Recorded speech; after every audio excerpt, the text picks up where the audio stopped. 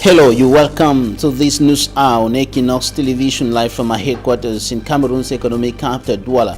I am Babla Jonathan. In our top stories in this edition of the news, some inhabitants of Nkwen in the Bamenda 3 subdivision take to the streets protesting against atrocities committed in that part of the northwest region of the country by soldiers and non-state armed groups. The protest was ignited by young people led by the son of a man recently shot down or killed by a bullet.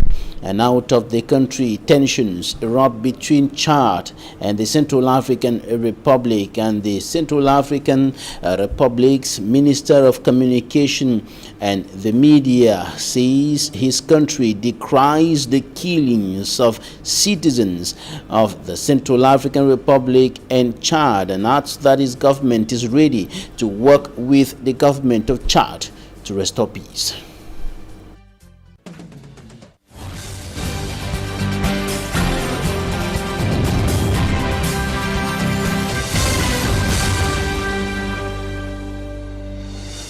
We begin this newscast in Nkwen, Bamenda 3 subdivision, northwest region of the Republic of Cameroon. Some inhabitants were on the streets today protesting against atrocities being committed in their locality by non-state armed groups and soldiers, and they took to the streets following the killing of a man in that neighborhood whose son led the young people who started that strike action today. It was a peaceful protest. Immaculate Fogwe has more. A peaceful protest march led by a 10-year-old boy ongoing in Nkwen, Bamenda 3 subdivision, northwest region. They are protesting against the activities of separatist fighters in their land. The protest sparked off following the news of the death of Pa Atang at the Bamenda General Hospital on Saturday. According to the protesters, Pa Atang was shot by separatist fighters in Bifi quarter in Nkwen on Wednesday after being accused of allegedly criticizing the activities of separatist fighters in his bar. Protest championed by Pa Atang's 10-year-old son, who was holding his father's picture, was closely observed by state security. The angry youths marched from Nkwen to Foya and Bafut, expressing their discontentment. According to the protesters, another protest will be held in the days ahead, but this time around with the corpse of Pa Atang before he is buried.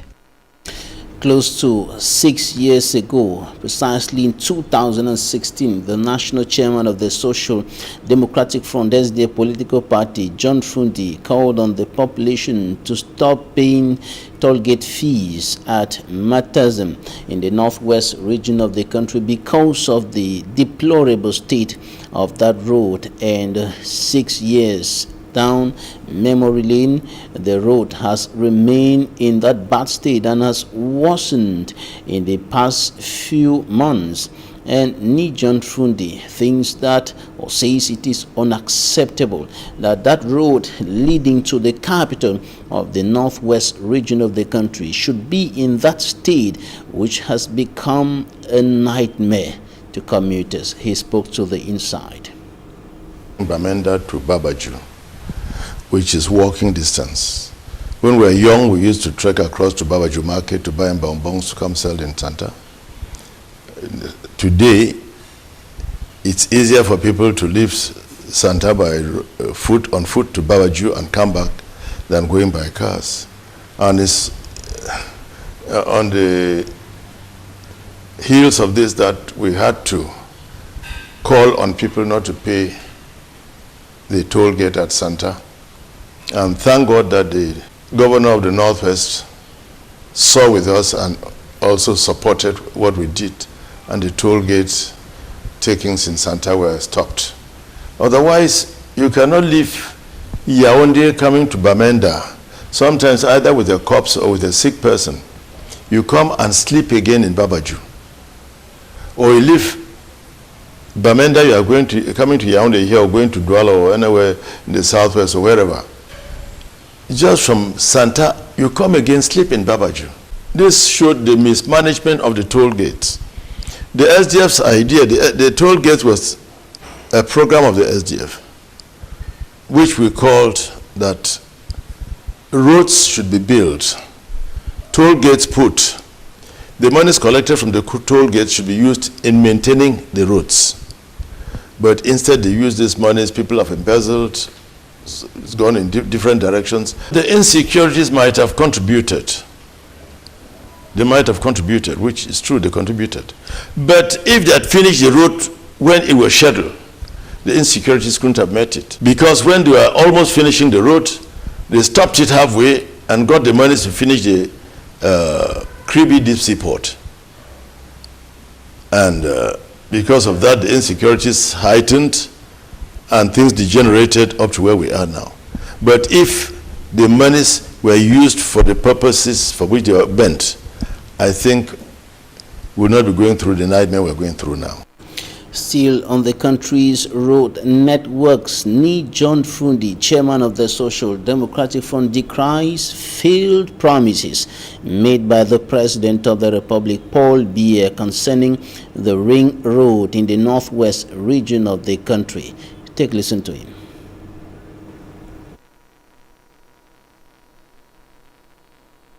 The ring road is a sing-song. I remember in the early days, President Biya will ask, what is the ring road? Is it a house? Give it to Frundi. Madam Chente, if it's a house, give it to Frundi. He didn't know what the ring road meant. And unfortunately for us, the late Prime Minister Emeritus Simon Achidachu surely said that this is the ring road. This is the ring road, he said. And you see, the ring road became a mockery to the people of the Northwest. Because the Northwest, the North-Southwesterners had their PWD days, that on the Earth Road, the PWD workers were maintaining the roads in the rains. And they had a day for Mamfe go up, Mamfe go down. Mamfe Kumba going, Kumba Mamfe coming back. And people traveled in those days without accidents. Things were smooth. People could go to Nso. You could use the road from Bamenda to Wum. Wum, Mesaje, Kambe, you get across to Nso, Ndop, you come back. That's the ring road. But every year in his speech, Mr. Biya talked about the ring road. And when he talks, people clap. Oh, the ring road will be taken care of. They clap this year. Next year they clap. The next year they clap. The next year they're clapping. I asked myself in those days, are we Cameroonians a clapping population? Clapping in the face of that idleness. Clapping senselessly.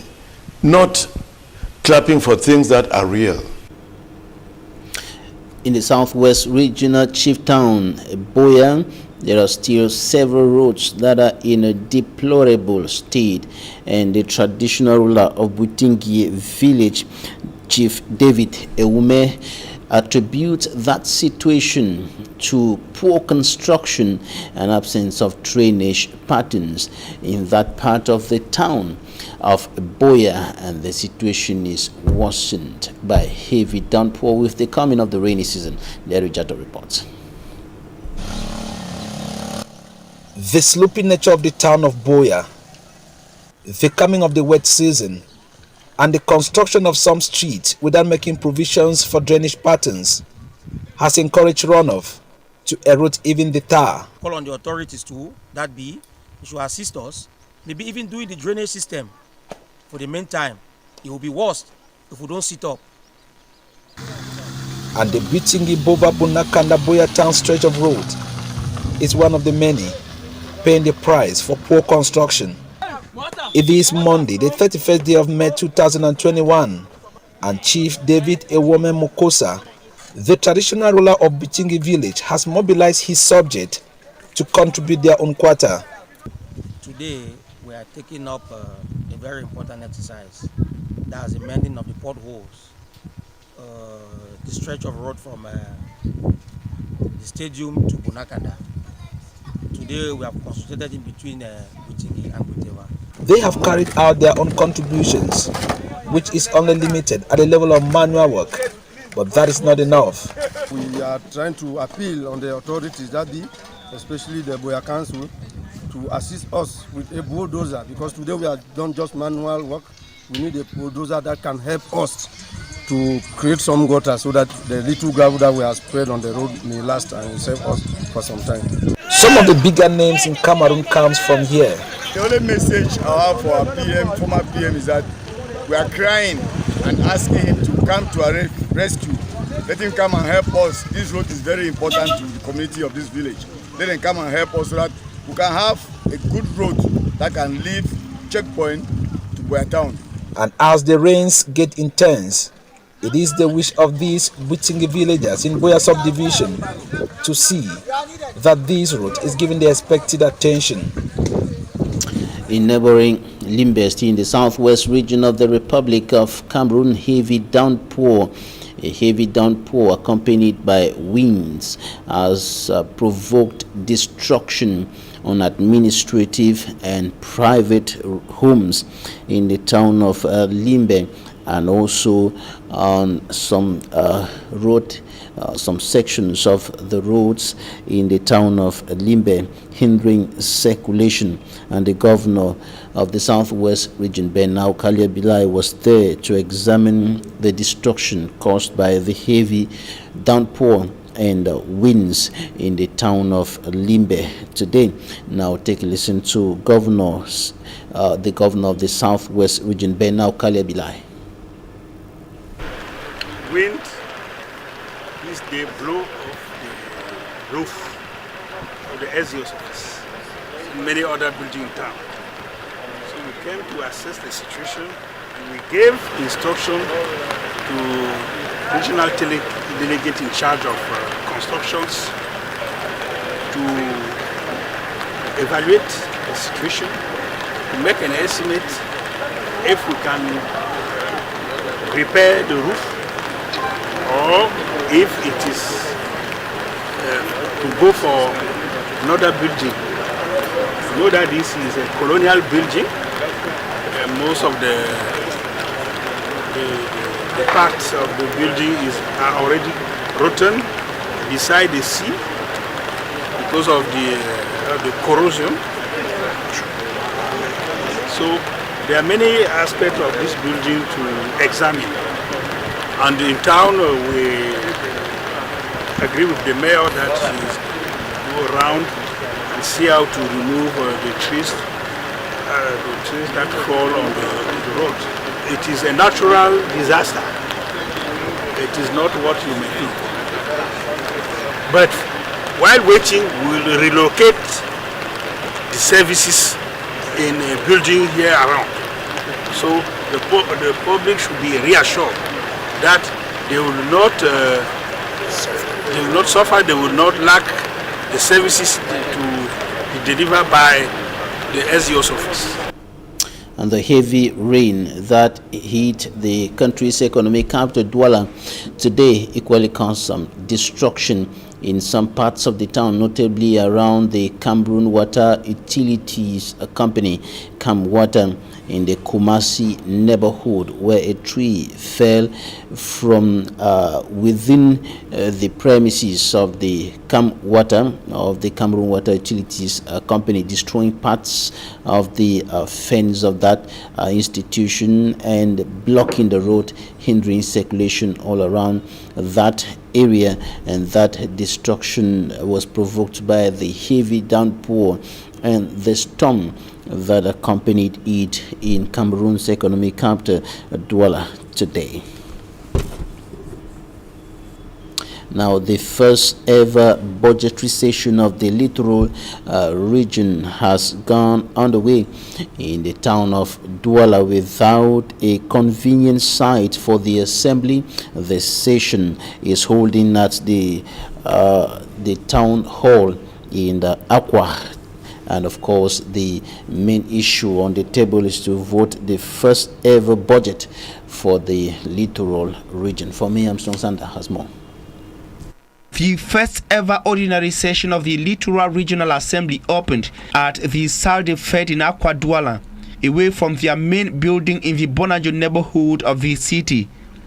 The session extended to the public as per the laws fixing regional council sessions in Cameroon, saw the participation of other economic, political, administrative and socio-cultural stakeholders of the Littoral Region.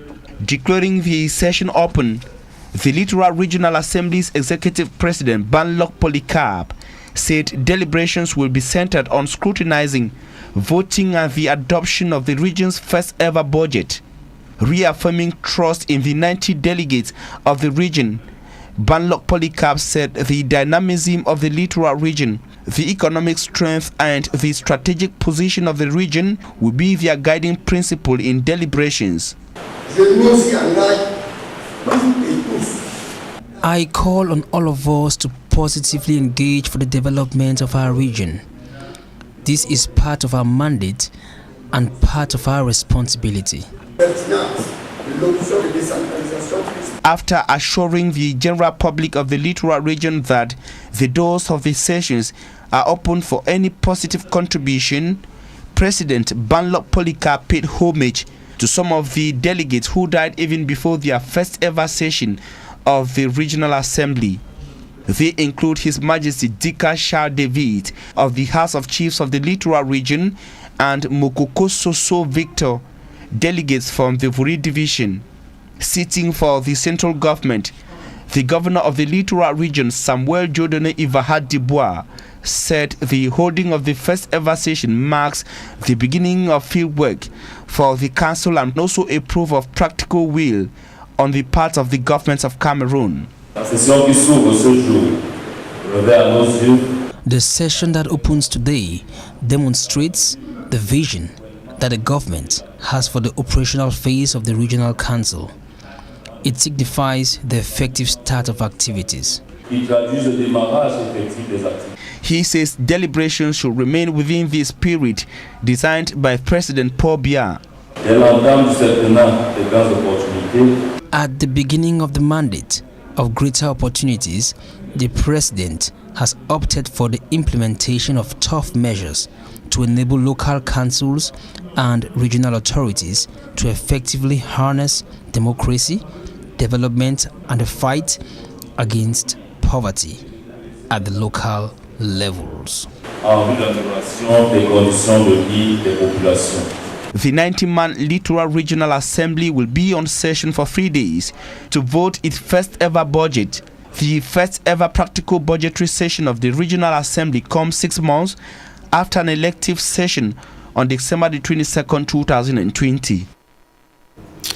News out of Cameroon. The Economic Community of West African States, ECOWAS, has suspended Mali from the organization over tensions and political maneuvers going on in that country, while tension erupts between Chad and the Central African Republic. And in a statement, the Central African Republic's Minister of Communication and Media decried the killing of citizens of both countries. Smanjika Engelbert has more.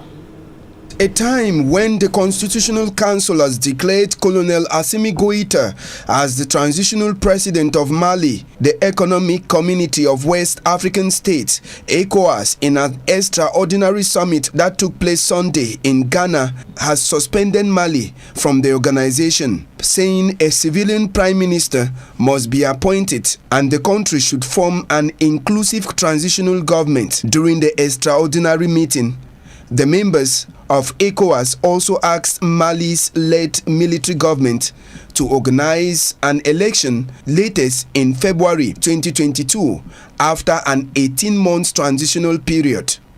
ECOWAS warns that more sanctions will be levied on Mali if they don't respect the decision in the extraordinary summit that took place in Ghana. France, on its part, says they will soon remove their troops in Mali should things go differently. Emmanuel Macron says they will not continue to side with a country that doesn't want to practice true democracy. Colonel Assimi Goïta, on his part, says the action is in line with what the Malians wanted. Elsewhere, Chad is waging a cold war against the Central African Republic.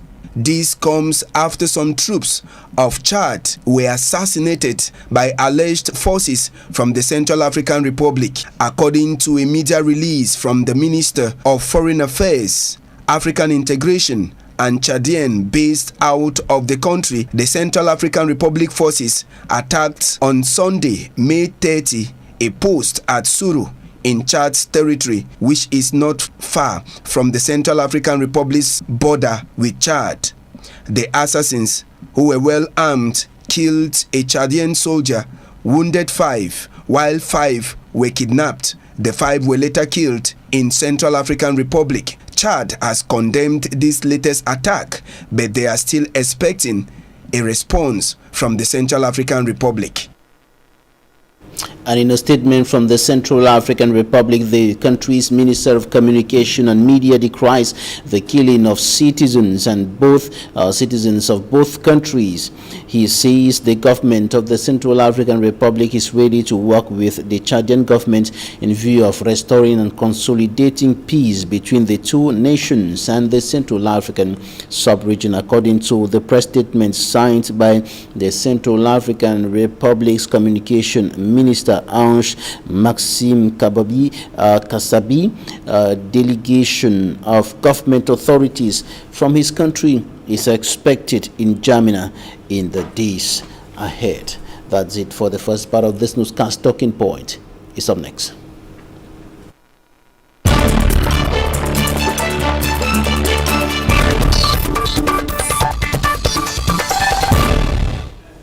Thank you for staying with us in this edition of Talking Point. Our guest today, Lapana Tasha Mama, a civil society activist and writer, is joining us from Larnaca in the southern part of Cyprus. You're welcome. Thank you, Mr. Babila. Reaction on the deplorable state of the Bamenda Road. Before you left the country, that road was already in a bad state, and today the situation of the road has worsened and has become more or less a nightmare to commuters. Well, that is what I saw on social media and on TV. So it is a disgrace to the government of the Republic of Cameroon that the people who have been suffering for 5 years today are still suffering in a domain where they have the capacity and the resources to give them the life that they deserve.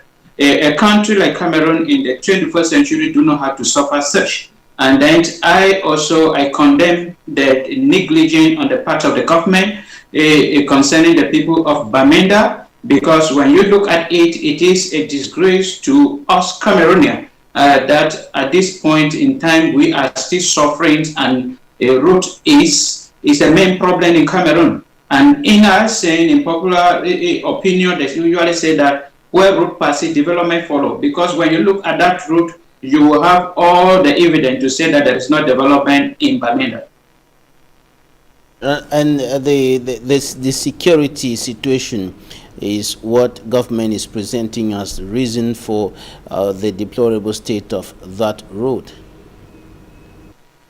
That has been throughout this period, and I believe that the government have the power and then the means in order to solve the problem or to do some certain things, because I see that there are things happening in other parts in the Anglophone regions that the separatists are not against it. I believe something has happened along that road where machines were burned, and then maybe the government is holding on to that. But I believe it is time for them to try again and to help these people. If they can work by day in order to feed the route, I don't believe that people will come, because they have seen the suffering of the people. And I'm also pleading on my people, my brother, the Anglophones, to alert that it is our development and it is our right that we deserve that road to be maintained, to represent us, that they have to allow these people, the contractor or whosoever want to do it. It is our due that the government have to give it unto us,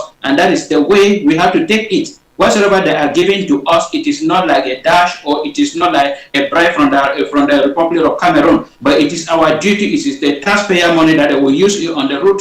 And then when we are fighting, like I always talk about this Anglophone crisis, we do not destroy property because those property belongs to us. If during the First World War, the Germans or the British destroy all, like what we are seeing today in Boya, like the Mountain Hotel, and then they will not be there if they were burning property. That we should allow property because they all belongs to us. If the government is afraid of that, I believe the government have to do what is needful for them in order to end the Anglophone crisis for the people of the Anglophones, especially Bamenda, to enjoy their rights. They have to enjoy their rights, but most of them are being deprived of their rights, are being deprived of their homes, are being deprived of their properties, are being deprived of the right to live today. And the situation has continued worsening despite all the efforts coming from all quarters to restore peace and normalcy in those regions. And now the decentralization code, the new decentralization code, and the putting in place of the regional institutions that was announced as a solution to the crisis, as part of the solution to the situation in the northwest and southwest regions of the country, seem not to be yielding the fruits. For more than 4 months now, the regional officials have been in office, but they have not been working, and complaints have been coming from those two regions and other parts of the country. And now there is a conflict that has erupted, some sort of a conflict between the regional president of the Southwest region, or the president of the Southwest Regional House of Assembly, and the president of the House of Chiefs over public statements on the issue. And this is now being qualified as government's divide and rule strategy, which is set to be setting the regional assembly on fire. What do you think about all this? From the origin in 2018, I was on this platform, and then I talk about Cameroon government solving problems that it needs a lot of reasoning politically. And when they look at any problem and believe that they can solve it politically, that is where the problem keep on growing and moving from worse to worse. That is what the Cameroon government have. If you look through the constitution of 1996, you discover that the regional council, it was there, was mentioned since 1996, and then up to date the government have given it on a piece of paper, and for 5 months, close to 5 months today, these people have been in an office without any resource, without any things in order to take up their work. And then looking through the constitution, we discover that in Article 55 of the 1996 constitution, it is stated there that the regional council, the regional authority, will have administrative and financial autonomy, meaning they have the power on that part, but the government has not given it unto them. And then we have testimony on social media or even on TVs where the director of human resource in the Ministry of Decentralization,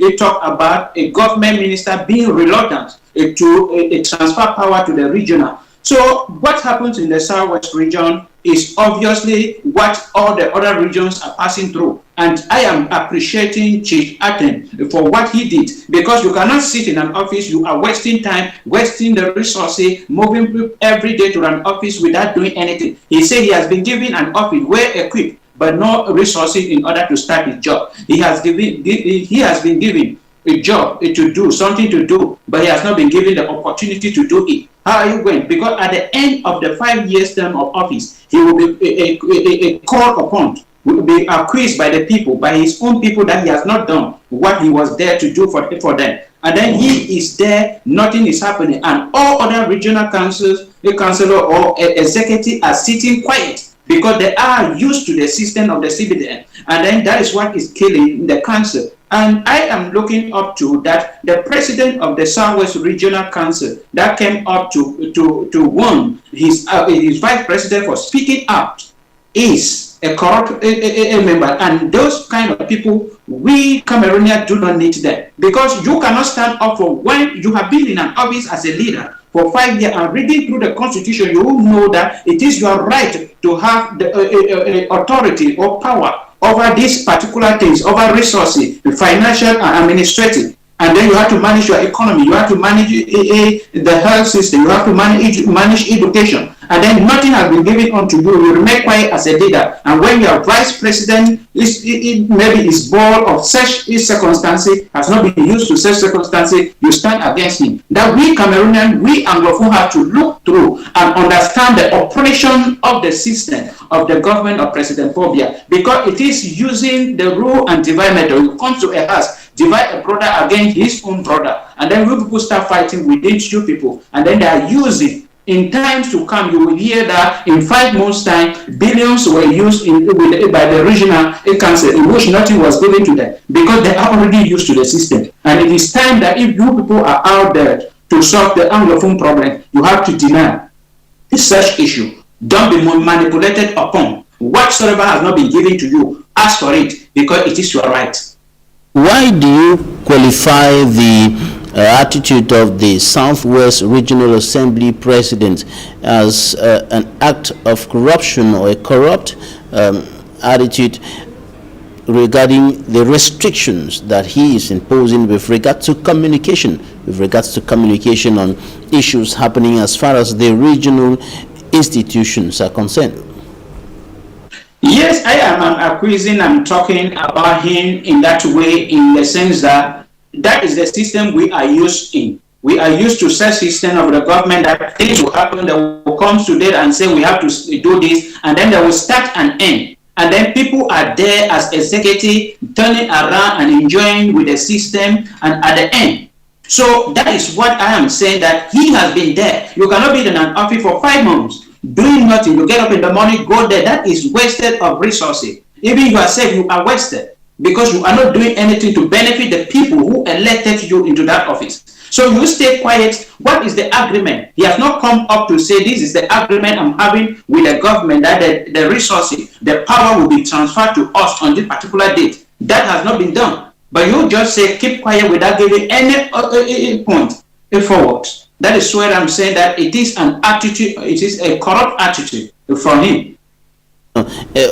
His decision to put some restrictions on communication concerning the functioning of the regional institutions in the Southwest region is now being interpreted as an attempt to hinder the president of the House of Chiefs of the Southwest region from further exposing what is qualified as the emptiness of the regional institutions, which parts of the spatial status in the Northwest and Southwest regions of the country. Is that as empty? Is it as empty as that? It is empty. It is empty because there is nothing in that. Because first of all, when they talk about, when you look through the constitution, reading through the regional council, you discover that it is not of any, because they say it is in Article 56. It's talking about transferring authority in some aspects. And then meaning the government will still be in control of a lot of things. And then if you as a regional councillor or a regional executive, and then you have to take a decision concerning, for example, education, and then you have a regional delegate of education in that, you also have to see the opinion, and from him you have to move up to the governor, from the governor to the minister of education, in which everything will boil down to Yawande. And that is what I'm saying. It is empty because, first of all, he is a member. If a chief attempt did not come up, many of us will believe that they are eating behind. And then there is nothing inside there. He says it's only an empty office and a well-equipped office that is having, and nothing is there for him to do what he was called upon to do. And that is clear, because I'm not there. He is the one there, and he has seen the emptiness of that regional council. And he's coming up to tell us that that is how empty it is. So we should not be expecting that for 5 months that he has been there. What is happening that he has not come up with anything? So he said the house is empty, and it is really empty. What you say now could be considered as being extremist in your analysis of the situation. Are the regional institutions really empty? I say they are really empty because first thing, in looking through the regional council, you see into it that first, the election was not properly done because the two Anglophone regions were not taken into consideration, because we cannot stand and say who voted for them in an Anglophone regions. So those who went there under the agenda of the Cameroon government, and then the Cameroon government are manipulating them. I cannot say that they have something with them, that it is not empty, because I'm not saying anything that they have done for the 5 months that they have been in office. So they have not done anything, and one of them, being a vice president, is coming up to say that the house is empty. So who am I to say the house is not empty? Recent statement, you said that there are two aspects of the issues, the problems in the northwest and southwest regions of the country, and there is one aspect that this government cannot solve, the ideological part of the problems in the northwest and southwest regions of the country. Can you tell us a little more about that? Yes, I came up with a proposal talking about the two Anglophone problems. That the Anglophone problems is of two kinds. There is one kind of Anglophone problem that can be solved by the government of the Republic of Cameroon, and there is one that cannot be solved by the government of the Republic of Cameroon. And that cannot be solved by the government of President Boya is the Anglophone problem that is already an ideology. I say that you cannot kill an ideology. President Boya and the military of the Cameroon government that are using the taxpayer money in order to believe in that one day they will destroy all the Ambazonia fighters. I am saying that that is already an ideology. An ideology can only be destroyed by change of mentality, positive change of mentality. And those who can give that positive change of mentality to those guys who are there in the bushes, killing and fighting for their freedoms, they are the leaders of the Anglophone. The leaders of the Amazonia, they are the ones that can give that a change of mentality, that can change that ideology. So President Boya should stop wasting the taxpayer money in solving that problem. And then I say that they cannot kill all the Amazonia fighters, because many are joining it out of anger, many are joining it out of revenge, many are joining it out of frustration, many are joining it out of anger. And all these things are coming together, and you are seeing that every day these guys are increasing and increasing in number. But that is what I'm telling the government of President Boya. And then I say there is an Anglophone problem that they can solve, and that is the Anglophone problem that was created by Amadou Ahidjo in 19 days after the independence of Southern Cameroon. And then it concluded in 1972. And also President Boya partake in it in 1984 by changing the name from United Republic of Cameroon to Republic of Cameroon. That is the problem President Boya can solve by calling back the former constitutional conference, where the Anglophone speaking Cameroon, the Anglophone Cameroon will go and sit and talk about it. On the first aspect, are you saying that the reconstruction, all the work that is being done by the National Commission on the Promotion of Bilingualism and Multiculturalism, all the peace crusades organized here and there, and even in those two regions by top administrative officials, including the Prime Minister, Chief Dr. Joseph John Gute and others, cannot change the mindsets of those who have already integrated that ideology of secessionism, that ideology of division. Are you saying that all these efforts cannot go a long way to change those mindsets? It cannot. That all those activity cannot, because we are seeing a recent video coming up that they have spent, the Commission for Reconstruction of the North and the Southwest region has spent, I think it's 12 billion already. I don't know exact figures, but they have spent some billions already. And then if you ask everybody in these two Anglophone regions where the 12 billion has been spent, nobody will explain to you where the 12 billion has been spent. That is something, anything coming from the government, I say it in 2018 that anything coming from the government, nobody in an Anglophone region believes in it. And then I am telling them that those things are wasted of resources, wasted of money. Militaries are dying every day. Those are children. Those are people husbands. Those are people children. They are dying every day for things that you cannot solve. That all the things, whether you move from one place, if people don't believe in you, they can never trust you and they cannot change their mentality because of you. So I'm telling them that these guys believe only in the leaders of the Amazonia, and they are the people that can change their mentality. When you say that the people of the two English-speaking regions of Cameroon do not believe in anything coming from the Yaoundé administration, isn't that hyperbolic? Isn't that some sort of gross exaggeration? What exactly are you saying? Are you saying that the government has lost everything in those two regions, even its credibility? Yes, I will say that with full confidence, because when you look at the Anglophone populations, there are some that believe in the government for their own personal interests. Those people we call in our locality elites of our locality, or strong businessmen, or people within the government, they can say they trust the government. But the common people out there, nobody. Because I spoke one time in Cameroon with one grandmother that is already of 80, and she spoke bitterly against the government. So you are seeing, when people are there, you see majority, some people will stand and say they're trusting the government, and it's because of what they are benefiting. Those we call the elite. But the common people of the Anglophone, the majority of Anglophone, nobody trusts the Anglophone, the Cameroon government. Because whatsoever they are coming, just look at the regional council, they have promised that they will give them this. For 5 months today, nothing has been given to them. Which one would they believe in this kind of situation where they could have been in very fast in fulfilling their promises? They have not done it. They have been doing this for several years, and people have lost trust in them. If they believe that, some people still trust in them, only the elite, those working with them, trust them.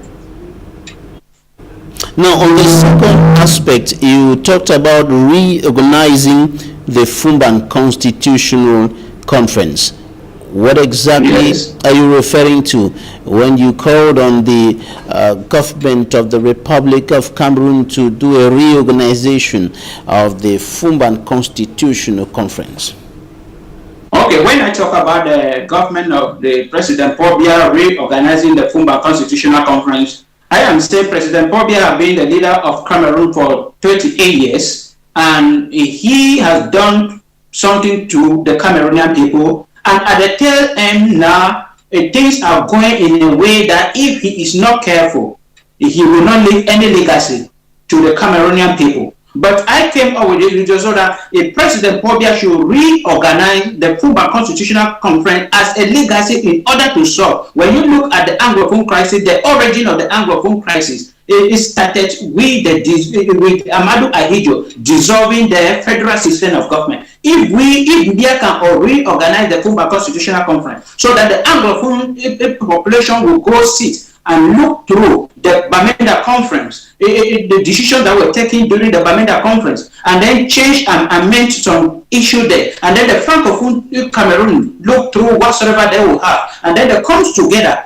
choose a neutral place. Maybe they will go back to Fumba, or I propose maybe they come to an Anglophone regions, because the first one was in the Francophone regions, and then they sit together and decide on the form of the government. It can be federation, it can be confederation, as Dr. Ningwaya is preaching, it can be decentralization, but the two parties should come together, agree and be certified. For they keep away politics, and truth should be speaking. It should be the order of the day in that conference. This will create a forum where many people will believe in and come up with something better to end the Anglophone crisis. Right. What should be the format of this other meeting which you're proposing? The major national dialogue already took place. That brought on the same table everybody from across the board, from the 10 regions of the country. What should be the format of this other meeting? Should it be strictly like what happened in the Fumban decades ago, or who should be the attendants in that meeting? The secessionist leaders and the government, or everybody?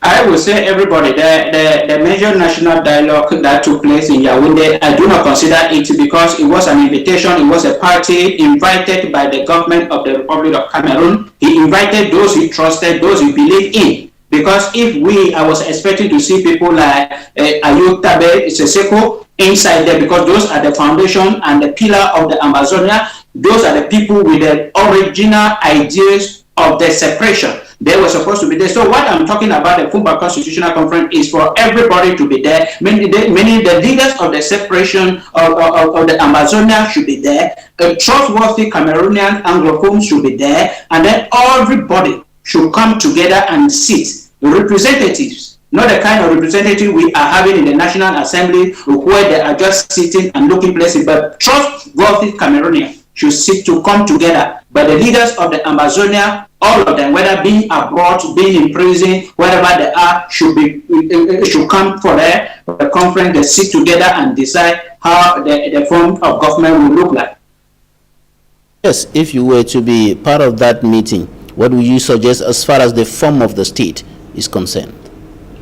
If I was to be part of the meeting, I would propose federation, because many countries like United States of America, Nigeria beside us, they are under federation, and then we are seeing their problem. Their problem is not because of the form of government. Their problem is a natural problem that has to happen in. But I propose federation because, yes, that is what started. That is the union that it was between the French Cameroon and the British Cameroon. And then they came together and formed a federal system of government. And if the problem today is because the federal system of government was cancelled or was destroyed, then let's go back to that federal system of government in order to see how things will stand up for better Cameroon. Lapana Tasha Mama, civil society activist and writer, joining us from Lanaka in the southern part of Cyprus. Thank you for your time. Thank you very much, Mr. Babala. Thanks, ladies and gentlemen, for staying with us. That's it for today. Equinoxe Tv. Thanks.